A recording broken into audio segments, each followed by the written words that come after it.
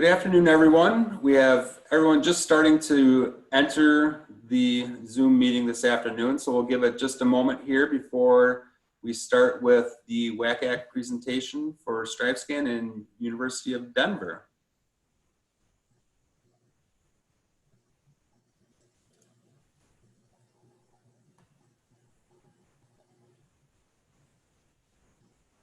As we have our participants entering, just a few housekeeping items before I turn it over. My name is Lee Maludzik. I am a WACAC volunteer. I'm facilitating this session this afternoon. So I'm going to turn it over here just in a minute to Jen at the University of Denver, and she will go through the presentation. But in terms of housekeeping items, your camera and microphone are off. So if you do have questions, please use the Q&A button, and we'll try to answer as many questions as possible throughout the session.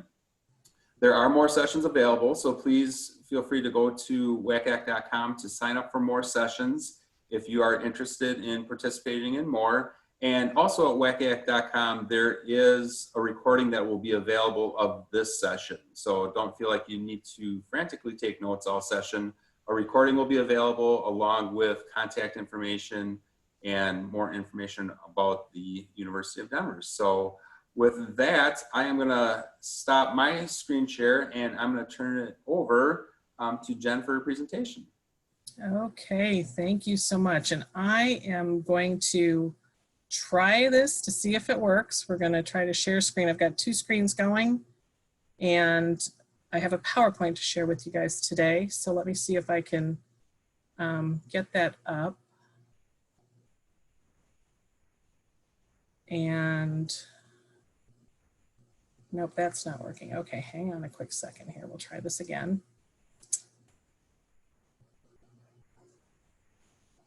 We might just do it from the from the other screen. Hang on a quick second here. Okay. So I'm going to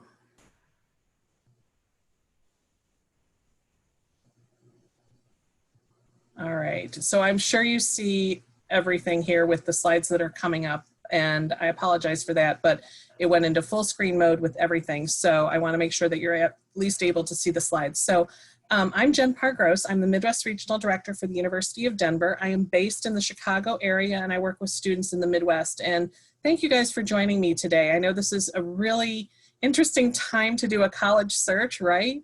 You've got, we've been remote since, you know, mid-March, and you guys have missed out on quite a bit of things. You've missed out, you know, on spring break and prom and finishing up that last bit of your junior year. So you have lived through a lot. So I applaud you for sticking with it and being as resilient as you are. I want to introduce you to the University of Denver. So I'm going to start here with the slide I have with the QR code. So if you would like to do a screen capture of this, this will also show up at the end of my presentation as well. This allows you to register and to get some more information about the University of Denver, as well as it'll allow me to be able to contact you when I am doing virtual visits with your school, because I'm doing a lot of virtual visits with high schools all over the Midwest. So I've been with the University of Denver going on my 20th year, and I am not from Denver. I am from the Midwest, so I'm biased towards my Midwest kids. But let's take a look at our campus. Denver, when I thought of Denver, before I interviewed for the job, I had never been out to Colorado. I thought it's cold, it snows, everybody skis. I don't really know if that's me or not. Well, I was pretty wrong about that assumption, and I'm glad I went out and interviewed, because everybody I talked to when I went through the interview process, from the students to the faculty to the staff, I like the university that much better. And you can see here a great aerial view of campus and the downtown area in the back there, that's the north end. And you can also see the mountain range as well. But we're a long, narrow campus, as you see here. Medium size, it's about 150 acres. And in Denver, there's 300 days of sunshine a year. So we get a lot more vitamin D in Denver than we get here in the Midwest. I always tell students, you want to drink lots of water, you want to have moisturizer and lip balm, and you'll be set. There, in addition to the 300 days of sunshine a year, What's interesting about Denver is where we're located, the snow melts by noon or 1 o'clock in the city, which for the Midwest here, we don't know what that's like. Most of the times it stays for more days than we'd like it to. But really, it dissipates because of the altitude. It's a mile-high city, and so there's not that humidity that you get here in the Midwest. So you don't have the bitter cold or the sticky heat, and you don't have a lot of bugs or mosquitoes either. So it's really one of those ideal places where students can do everything almost all year long that they would normally do, during seasonal time. So Denver is a really great place and location, and it's kind of a well-kept secret. So let's take a look at where our students are coming from. This is an interesting map because it's the US, but what I find really interesting is that the state of Colorado, it's only 29% of our population on campus. So the majority of our students are coming from out of state and also internationally as well. The Midwest is where I work with students. I work with students from Illinois, Wisconsin, and Minnesota. Like I said, I'm a little biased towards my Midwest kids, but we get 21% of our students from the Midwest states. We also get 33% from the Northeast part, and you can just see all over, even a great international population. And then when you look and break down that diversity even further, 23% of our students are students of color, and 16% of our students are first generation students. So let's take a look at, where are we in conjunction to Denver? The Midwest, these are the hubs where we fly, where our families fly out of. So Minneapolis is about an hour and a half. Chicago, 2-hour flight. I fly out of Mitchell Airport. I'm actually on that border of Wisconsin and Illinois, so I sneak over the border, and I use General Mitchell Airport all the time. Same sort of time frame, about 2 hours. Indianapolis, it's a 2.5 hour, and St. Louis, it's 2 hour. If you were driving from the Chicago or Milwaukee area, it's about a 16-hour drive, and your halfway point is Omaha, Nebraska, which is about 8 hours. So it's a great metropolitan area, Denver. It's 3 million in population. So it's about half the size of Chicago, a bit bigger than Milwaukee or than Madison, and probably about the size of Minneapolis, St. Paul. But there's a lot of things that are going on. It's got a great music scene. It's a real good food area. And again, with the 300 days of sunshine a year, you can do everything almost all year round.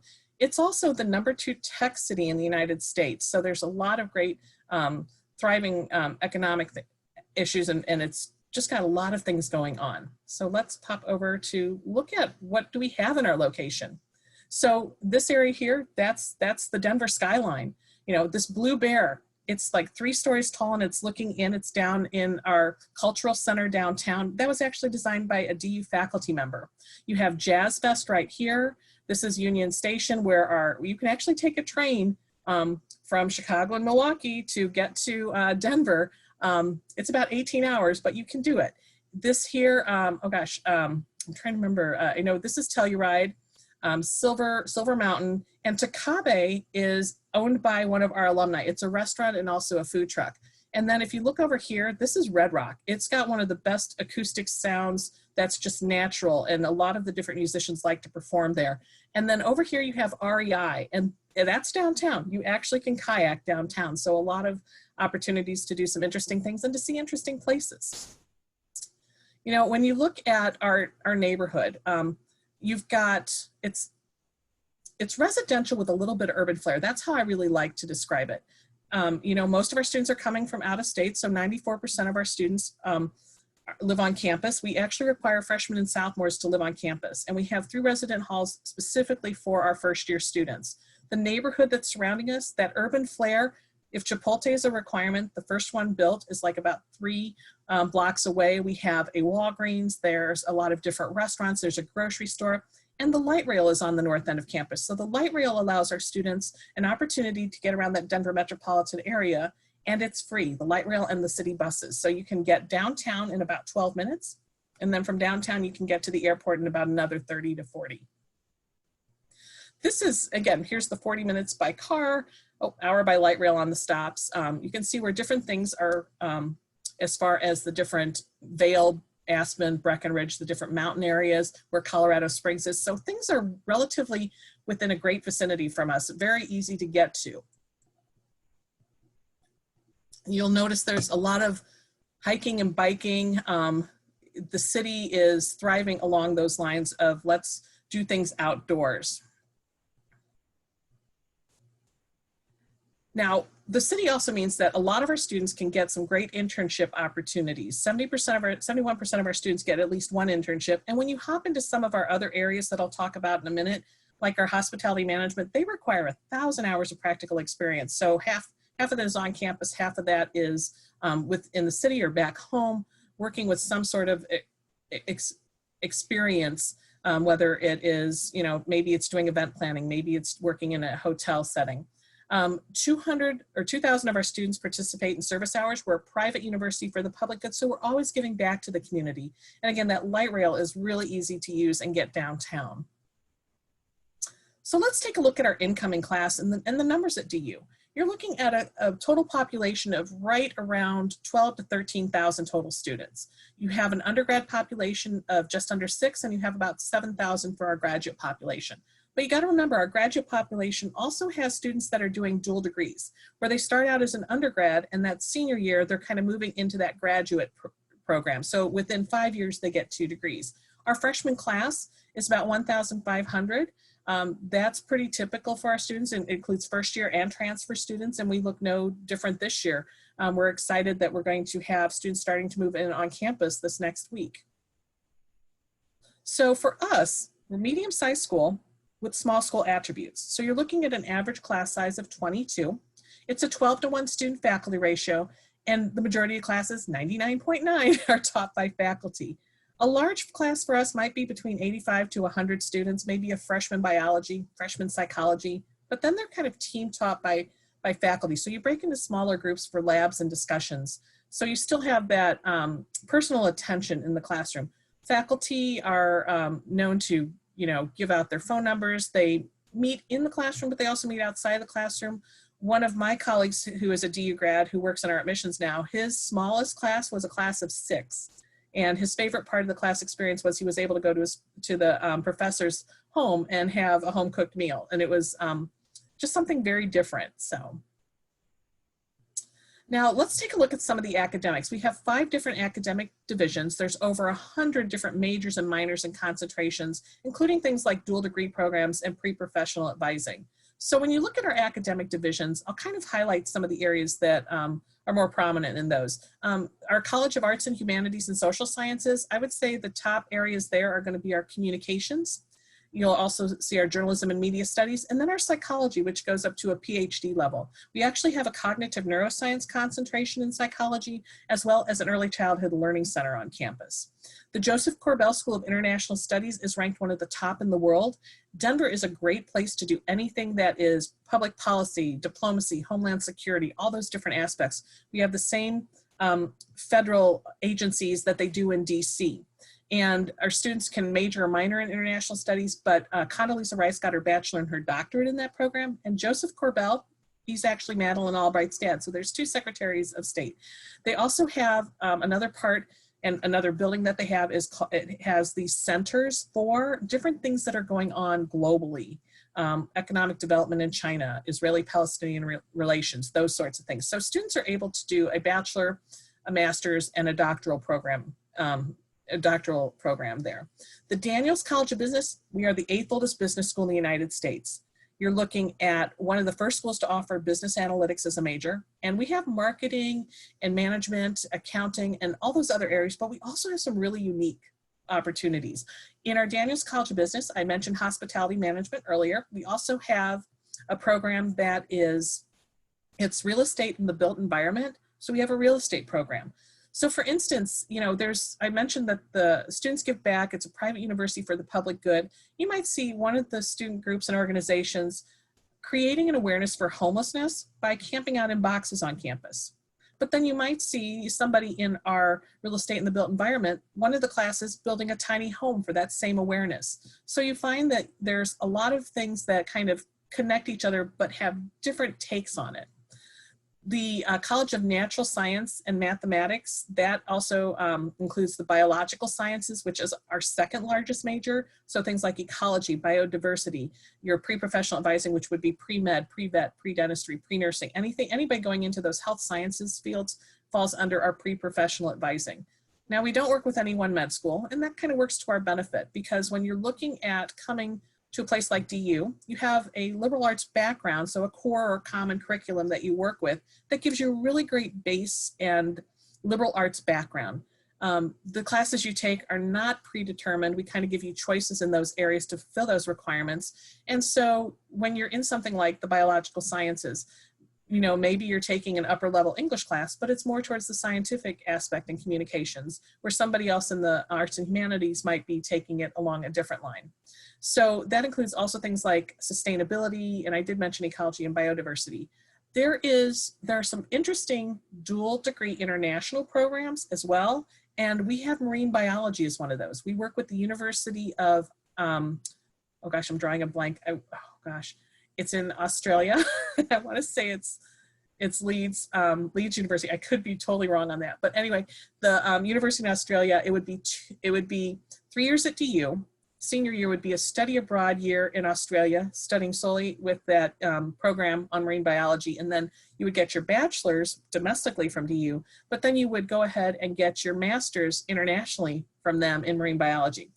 When you look at the Daniel Felix Ritchie School of Engineering and Computer Science, we also have that program with the University of Glasgow too, where students can do engineering and then do that international dual degree where you get your bachelor's domestically and your international master's program. But our engineering and computer science, we're actually one of the oldest schools for gaming and animation and that game development aspect. They also do a lot of things that are for the public good. So when you come into a school like our Ritchie School for Engineering, it's not just the problem solving or the creative thinking, but it's looking at things broader. It's looking at what's ethically going on in the world in this field. What are things that I'm going to need to prepare for? It's looking at, you know, let's look at some communication styles. Not only am I going to have to communicate with colleagues, but I'm going to have to communicate with clients as well. So we really look at things in a broad sense with that. Engineering is one of my favorite schools. I remember walking through the newer building where they have 3 labs in there, and we walked by a couple of students working on their think tank project. They were burning a portrait into toast. So they were doing different levels of burn on the piece of bread and trying not to inflame it. So it was pretty cool, different applications for that. So you can see there's a lot of great academic opportunities here. Oops. Next slide. There we go. Okay, so what sets DU apart? I think one of the things that we offer is we are on a quarter system. So our academic calendar is much different than a lot of schools out there. I mentioned we're a medium-sized school. There's only about 100 medium-sized schools out there. So that puts us in a smaller category. Again, small school, medium-sized school with small school attributes. The quarter system is pretty unique. There's only about another 100 schools out there that operate on a quarter system. So as you look at this, there's a fall, winter, and spring quarter, and optional summer quarter. So our students are going to start classes on September 14th. So they'll start in about 2 weeks, and they'll take 4 to 5 classes per quarter. So our fall quarter takes students right up to right before Thanksgiving. They'll have their finals, and then they'll have a break from Thanksgiving until January 4th. So this means that students get a 6-week break. It also means it's only one trip home at Thanksgiving, where students on a semester system will go home. Then they'll have to go back for 2 weeks, take their finals, and then come back home again. And that's 3 trips. This also works out really well in our study abroad program, which I'll talk about too. The quarter system, you'll come back in January, you'll go to mid-March, you'll take your 4 or 5 classes, go to spring break, come back March 29th, and then go to June 10th. And then you have a break again from June 10th until September 14th or so, whatever day the Monday after Labor Day is next year. So summer quarter is optional. It's not necessary to take that to graduate. And in fact, you're taking roughly about 30% more classes on a quarter system than you are on a semester system. So this really helps students, especially those that are coming in with maybe a couple of areas of interest, maybe wanting to do a double major, maybe not sure what they want to do to begin with. It allows them an opportunity to take classes and not lose any ground and still be able to graduate in 4 years or less. So when you look at things that are significant with DU, over 77% of our students study abroad. Research opportunities are another aspect. You know, we have 200 undergrads participating in research. We have a Center for Undergraduate Research on campus that allows a student or group of students to present a proposal to faculty and be given grant money to work on a specific project that they've proposed. You do that during the year. And so you are the one that determines how you spend that money, Are you going to purchase equipment? Are you going to travel to a location? Are you going to build something to specifications? You also have a faculty member who's assisting you in this program. You're the one that's guiding how this project proceeds. And then at the end of the year, you are presenting your findings at a symposium and you're publishing your findings as well. So you're funded, published, and presented all at that undergrad level. Another component with the research aspect is that you are able to present a proposal to go to a workshop, a seminar, speaker series, conference related to your field as well. So that really allows you an opportunity to start working and building some of that networking capabilities with people and ideas in that thought process. 90% of our graduates, they are employed within 6 months of graduation, or they're in that next level of education. So we really see a lot of things going forward and that are help our students that are super competitive be able to compete even further. Next one is, whoops, sorry. There we go, study abroad. Okay, so I had mentioned study abroad when I talked about the quarter system. Again, 77% of our students study abroad, and we are in the top 3 in the nation for our study abroad program. Oops, wait, there we go, whoops, I did it again. Hang on, sorry about that, there we go. So we're 3rd in the nation for study abroad. What's unique about the University of Denver's program is that it's called the Sherrington Global Scholars Program, and it is specific for DU. It means that our faculty have gone out and they have worked with different colleges and universities overseas to build a program, and these have to be approved. There's a certain vetting process. We have over 150 locations. The one location we don't have, Antarctica. So if that's a dream space for you, we unfortunately don't have it unless you want to do some independent research. But with the 150 locations, they can be where you go with a language and get immersed in a culture, where you go and they speak English and you gain from the cultural experience. They might be some outreach opportunities, internship opportunities. One of my students who went to London interviewed for 2 internships. He got offered both of them. He turned down ESPN Europe. He took the major global marketing firm. And so for 2 days a week, he got paid to do his internship, 3 days a week, classes at a London university. And he was a soccer fanatic. So every chance he could get tickets for the British football games, he was there on the weekends. So you can get some really great experiences with our study abroad program. Again, if you have a 3.0 GPA going into your junior or senior year at DU, you qualify for the Sherrington Global Scholars Program, and it does not cost you any additional money to study abroad than what you pay for that quarter. So it happens during the fall quarter. So you would pay what you would normally pay to attend fall quarter, keep all your financial aid and scholarships, and the University of Denver would cover transportation to and from, visa, added insurance costs, additional room and board fees beyond what you would normally pay at DU. But you would study abroad for a semester, so you're coming back with advanced standing. So you will leave in late July, early August, and come back in December. So you're only cutting into 1 quarter, bringing back a semester's worth of credit, and that helps you out down the line too. Now, if you are a foreign language major, international studies major, or international business major, you do have an opportunity to study abroad for an entire year, and there's a couple different programs for that. So let's sneak to the next one here. Okay, so student activities. We're a Division I sports school. We have hockey, which is our main sport. We've got lacrosse, soccer, tennis. You have our women's gymnastics, men and women's basketball. We just added women's triathlete to our program just this summer. We have women's volleyball, also men and women's swimming and diving. And then we own our own golf course about 8 miles off campus. So our golf team, men and women's, they'll have their meets there. We do not own a mountain, but the ski team does go up to the mountains to ski. So pretty prominent program. Without a football team, we're ranked in the top 60 or 70 schools out there, probably the highest ranked school without a football team for Division I. We have over 100 student organizations. So if you look over here, you'll see some of the skiers. That's Alpine Club. Alpine Club is the largest organization on campus, the oldest in Colorado, and anything that's related to the Rocky Mountain regions, they do. Hiking, biking, caving, canoeing, snowshoeing, snowmobiling, you name it, they do it. And they do it at a beginner, an intermediate, and advanced level. They have a bus that goes up every weekend to one of the different areas for hiking or resorts for skiing or something along those lines, but it allows you an opportunity to try something that you may have not been able to try here in the Midwest. You find out you might like it, you might not, but there's always something different that they're trying to do to get you in your own backyard, so to speak. There is also an organization that is near and dear to my heart. It was started by 4 Midwest students. It's the DU Grilling Club, and they grill food. I mean, they grill food. They are sponsored by Student Senate. They'll come and set up before maybe a comedian coming on campus, or maybe they're, you know, it talks about traditions there. One of our traditions is, you know, camping out for the season hockey tickets. The first 200 students in line get season passes. Hockey tickets for a game are $5, so they're pretty reasonable. But to get a full season pass, you know, that's pretty great too. So they'll start camping out 24 hours in advance, and maybe the grilling club's going to come out, or maybe you come out of class and you know, get a whiff of something on the grill. They do vegetarian, the other white meat, beef. They do a variety of different things to accommodate students' needs. So now let's take a look at what our admitted students class looks like. So if you're considering DU, these are not maximums or minimums by any means. This is just the average. And you've got to understand a couple of things. The GPAs are weighted and non-weighted. So that's a combination there.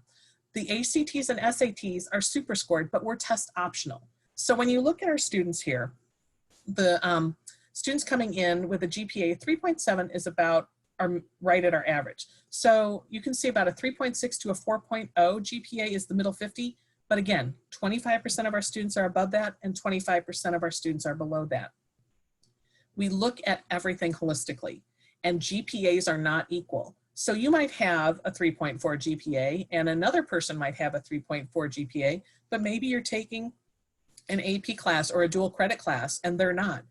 Maybe you're able to, you know, take some honors levels and they're not. So GPAs are not equal. So please don't compare yourself to other people at your school or, excuse me, other people as you're looking at this admissions process. We're looking at you as an individual. We're not comparing you to other students.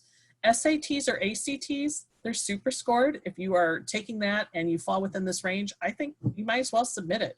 If you are just don't want to submit it or haven't had an opportunity to take it, which a lot of students have not, that is perfectly fine. We were test optional last year. Test optional means test optional. That means you are the one deciding whether you're submitting your scores or not. It is not going to hinder you if you don't submit your scores. If you say, you know what, I want you to not judge me by a test I take on a weekend. I want you to look at what I provide you over my 3.5 years of academic history. That's what we're going to do. So again, we're looking at everything holistically. If there's transfer students that are in the group, we look at about a 3.3 for competitive admissions and for merit consideration. Excuse me. And by the way, when you apply to the University of Denver, you're automatically considered for merit scholarships, whether you have an ACT or not. So let's take a look at the application requirements and checklists. We require an application, an essay, an application fee, transcripts, and a counselor recommendation. The counselor recommendation can be a secondary school report. The transcripts will come directly from your school. The application can be either the Common App or the Pioneer application. Either one is fine. You do not need to fill out both. They ask the same information. The Pioneer application is our own application that we have and we provide for students and pre-populate information we know about you. So like the high school you attend, your address, those sorts of things. And you can just easily fill that out. The essay, those prompts are on the Common App, and the last one being write what you want to write about. But also know the applications will have a place for you to talk about your COVID experience if you like. So you do not have to write about that for an essay. You can write about what you would like to write for an essay and then give a COVID response to how things are changed for you in those sorts of aspects. Again, test optional means test optional. And then when you're applying to DU, we always encourage our students that want to qualify for need-based aid to fill out the CSS profile on the FAFSA, and I'll go over the timeline with that too. There we go. So our first deadline is November 1, early action and early decision 1. How I keep these two distinctive is early action, I'm taking action to apply. Early decision, I'm deciding to come if I'm admitted. So that's how I look at those sorts of things to kind of keep them straight.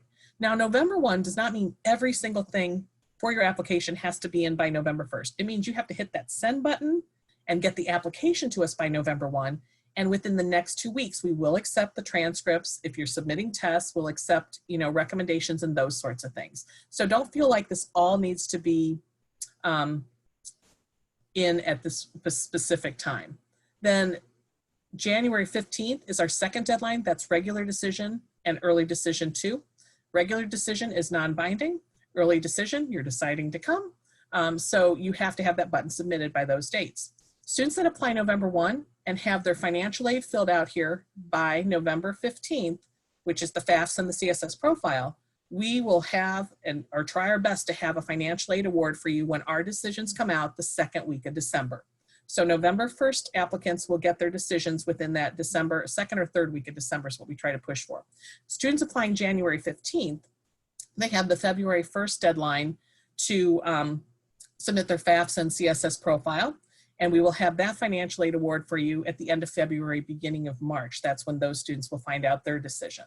So I always tell students, apply with your best possible application. Students that it doesn't matter if it's early, if it's in November or January. Some students want to wait till we get their first semester senior year in and have it come in January. Other students might not have it ready until then. Some students have it all done already right now and have submitted them already. But really, go ahead and apply with your best possible application. Transfer students, you are on a rolling admissions process, so we are working with you and the classes you're taking when you're completing those. So let's talk a little bit about cost and affordability. This is pretty expensive. When you look at our tuition, room, board, and fees, we're coming out at, let's just say $68,000 a year. That's if you got no financial aid whatsoever. But if you look over here, 87% of our students receive some financial aid. 81% of those are grants and scholarships, and our scholarships range from $17,000 per year to $29,000 per year. 80% of our students will receive some sort of merit scholarship. So don't discount a school because of cost just yet. We're a private university, so we have private funding available. We work with our students individually. You're automatically considered for merit scholarships when you apply. There's also talent-based scholarships if you're music, art, or theater, or if you are a D1 athlete or applying for that. And then also there's a quick cost estimator we have on our website that you can look at. It will not tell you what you would have received today or last year, but it would tell you what you would have received 2 years ago if you were a freshman. It's based on a math methodology, but not a holistic methodology at this point in time. But if you have questions, feel free to reach out to me and I will try to answer those best I can. So here is the QR code I had promised at the beginning. We're going to go ahead and open it up for questions. I'm going to go ahead and stop sharing the screen. Well, I'll leave this on for a little bit and see what I can see here for questions. Okay, and please feel free to go ahead and ask those questions in here. So I have a question that says, what undergraduate majors do you offer someone who wants cybersecurity major at your school? That's a really great question. I would say that you probably want to look at doing the computer science, but also the international studies program. The international studies program has that homeland security component, but I would say that you can do a combination where you can hone in on the computer science aspect and the technology aspect, and then bring on maybe a minor in the international studies in that homeland security, which might be an interesting area too. That's a really good question. Thank you for asking that.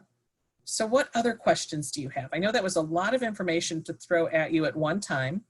I hope that it was helpful, and I'm the one that will read your application, so I'm a little biased towards my Midwest kids. So I am available to meet with students individually. I know that if you're interested, let me go to the next slide here. It has my contact information. There you go, up here at the top. jpar@du.edu. I go by Jen, I go by Miss Gross, I go by Miss Parr. I go by all of those. And that's my direct line here to the Chicago office as well. That allows you to reach out to me with any questions. I've had students that have reached out that are asking more about the test optional and what that means. I've had students want to know if they should apply early or regular to the University of Denver, whether they should apply November or January 15th. And I have students that say, can you just take a look at my transcript? I really want to see if this is a place that is right for me. Again, those middle 50% area that you saw, it's just a middle 50%. 25% of our students are above and below those areas. So we really look at you holistically. It's looking at not just what you've done academically. That's the main part. We really want to make sure that you're going to be academically ready to handle the rigors at DU. But we also want to see how you're balancing your outside time. So when you're filling out the application, you'll notice that there is about 10 spaces for extracurricular activities. And sometimes that's enough, sometimes it's not enough. But I always encourage students to be pretty thorough in those areas. Again, you want to type in or talk about something specific, go ahead and submit it as, you can submit it to me as an email and I'll add it to your application, or you can attach it to your application. So what other questions do you guys have? Take some time and let you type them in. And if it's just about admissions in general, that's fine too.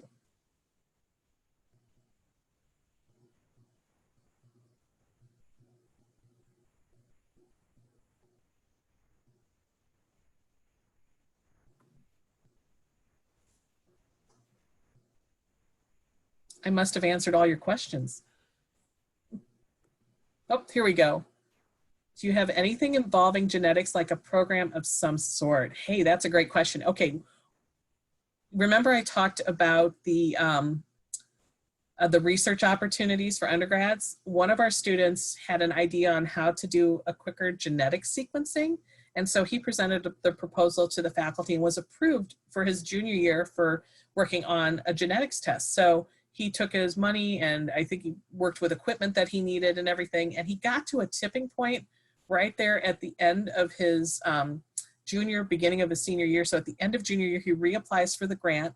He gets another grant to continue on with his senior year. So he did genetics studying. I also know that we have an honors program on campus. The honors program allows students to graduate with honors. And one of the things that they do is they take their first year, as a first year student, you take an entire class that first year. And they've had genetics as one of those classes as well. So there are some different things in genetics and in molecular biology and things along those lines. It depends, I think, what you might want to do with it. You might be able to do something with the engineering aspect or in the natural science and math. Oh, great question. Okay, so another question.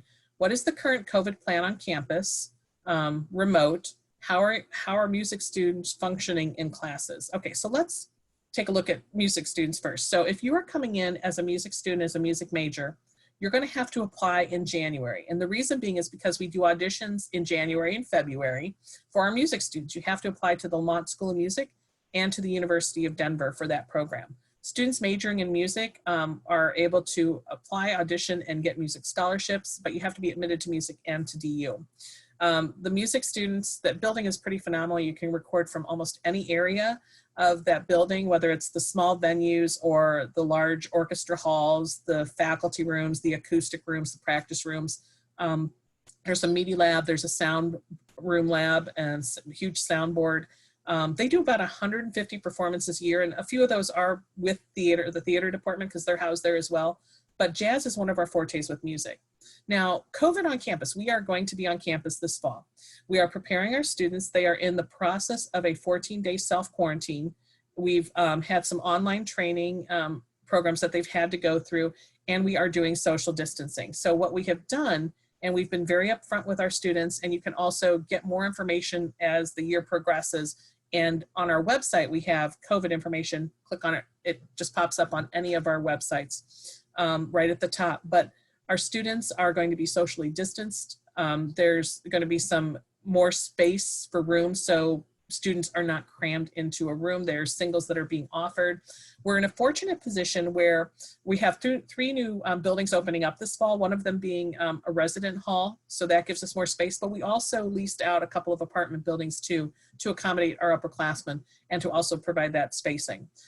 We are doing hybrid and high flex and classes in person, and then we're also doing some online classes as well. So it might be a situation where every other week is an online class, every other week is an in-person class, but we really are spreading that out so that we, again, have that social distancing and that time for cleaning and making sure that our students are safe.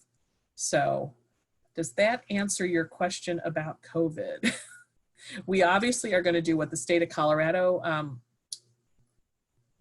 requires. So if we have to go to remote at some time, we will. But last year we went remote. It was right at our spring break. And that was a good time, but students had stuff left on campus. So they did a few different things. One, we went remote. Two, they started their spring quarter. So their their third quarter for the year up remotely. They didn't break into the middle of a semester or anything.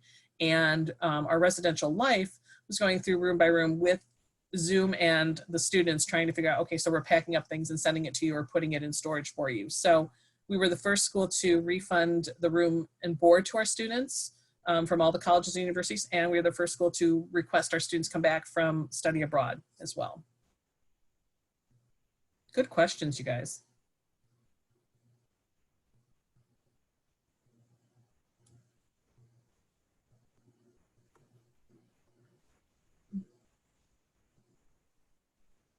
Well, I think we might be done. I really thank you for your time. I hope you learned something about DU. I hope you continue to, I'm going to go back here and put that QR code back up in case you want to take a screen capture of that. And then I need to let you have the screen, correct? Yes, please. All right, so there we go. Thank you, everybody. I appreciate your time.